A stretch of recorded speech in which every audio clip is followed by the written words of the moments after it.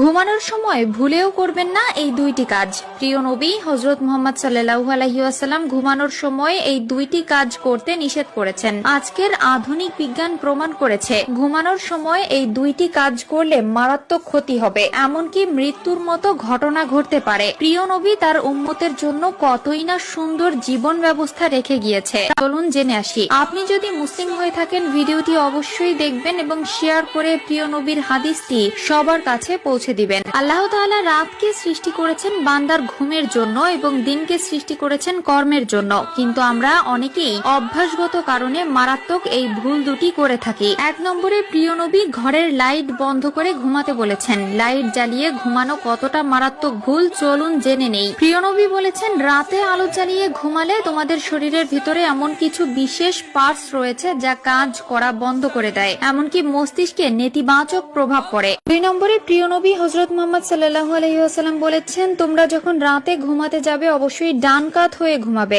বাম কাত হয়ে ঘুমালে তোমাদের পাকস্থলীতে নানাবিধ সমস্যার দেখা দিবে, যা পরবর্তীতে মারাত্মক রূপ নিতে পারে। প্রিয় নবী তার উম্মতের জন্য বেশি কিছু নিষেধ করেননি, যেগুলো নিষেধ করেছেন সেগুলো তার উম্মতের মঙ্গলের জন্যই করেছেন।